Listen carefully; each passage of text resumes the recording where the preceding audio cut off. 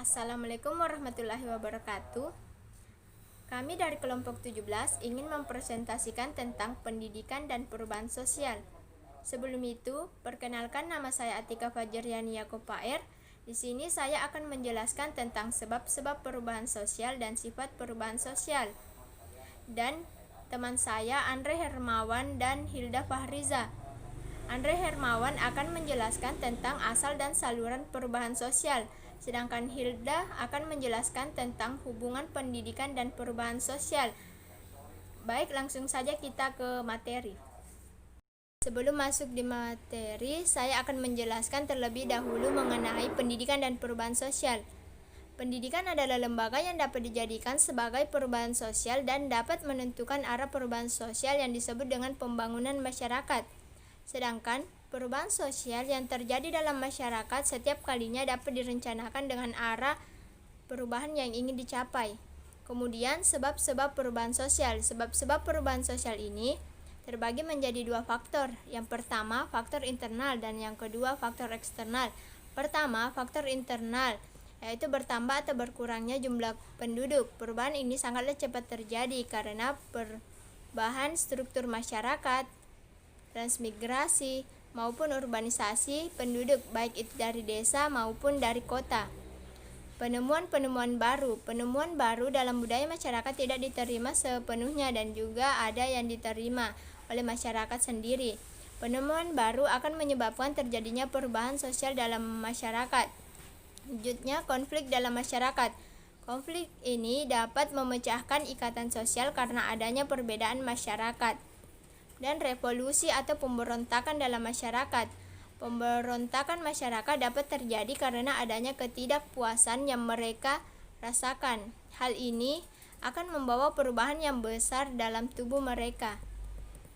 Kedua, faktor eksternal, yaitu peperangan. Peperangan terjadi karena adanya perubahan yang mendasar sebagai wujud budaya dari sistem sosial dan akibat kemajuan ilmu pengetahuan, teknologi, komunikasi, transformasi, dan bertambahnya tuntutan masyarakat. Kemudian adanya pengaruh budaya lain. Pengaruh budaya lain dapat saling mengaruhi dan terjadinya pertukaran budaya melalui akulturasi, difusi, dan asimilasi. Dan lingkungan alam fisik. Perubahan lingkungan alam fisik ini terjadi seperti bencana alam, yaitu gempa bumi, tsunami, letusan gunung berapi. Hal ini dapat memaksa masyarakat untuk pindah ke tempat tinggalnya, mencari tempat tinggal yang lain atau yang baru. Mereka harus menyesuaikan diri dengan keadaan yang mereka alami.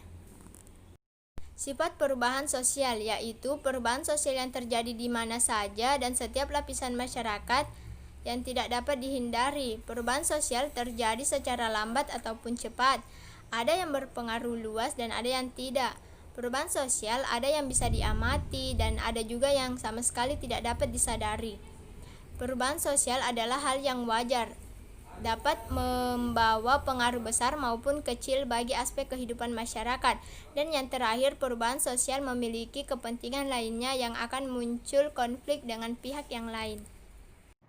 Asal perubahan sosial berasal dari adanya berbagai alkulturasi, asimilisasi maupun difusi. 1. Difusi.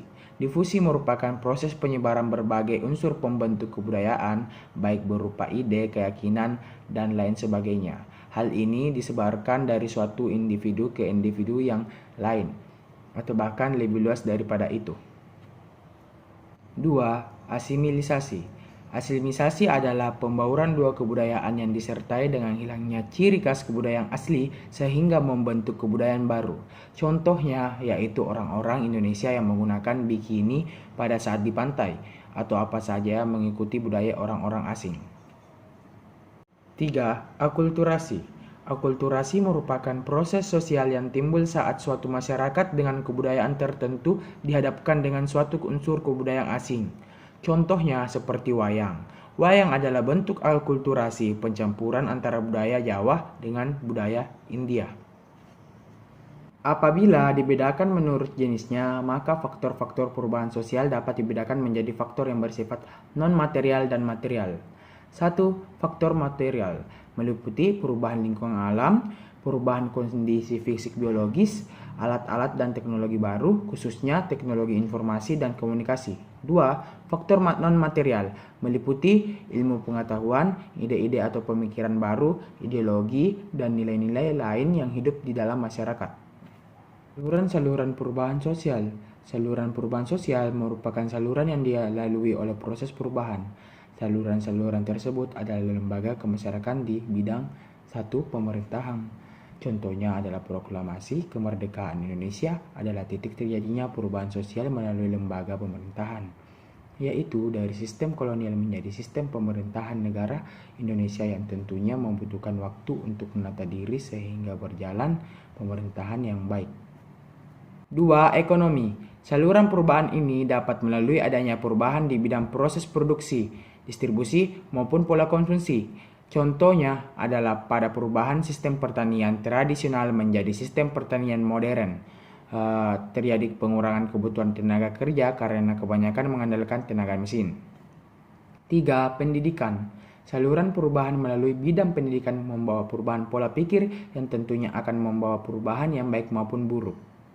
4. Pernikahan. Pernikahan terjadi karena menyatunya dua orang. Hal ini tentunya akan mengakibatkan terjadinya perubahan fungsi dan peranan mereka. 5. Media massa.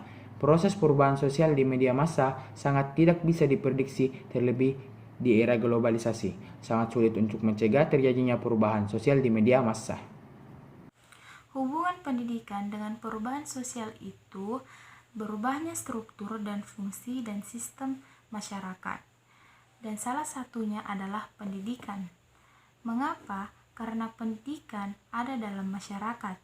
Pendidikan itu sendiri terbagi menjadi 3, yaitu pendidikan formal, informal, serta non-formal. Adapun macam-macam pendidikan adalah yaitu pendidikan formal. Pendidikan formal dalam perubahan sosial dalam Undang-Undang Nomor 20 Tahun 2003. Pendidikan adalah usaha terencana untuk mewujudkan suasana belajar dan mengembangkan potensi dirinya untuk memiliki spiritual serta keagamaan dan kepribadian yang baik. Kedua, yaitu pendidikan non-formal. Pendidikan non-formal sangat berpengaruh terhadap perubahan masyarakat, karena pendidikan non-formal dapat melengkapi formal.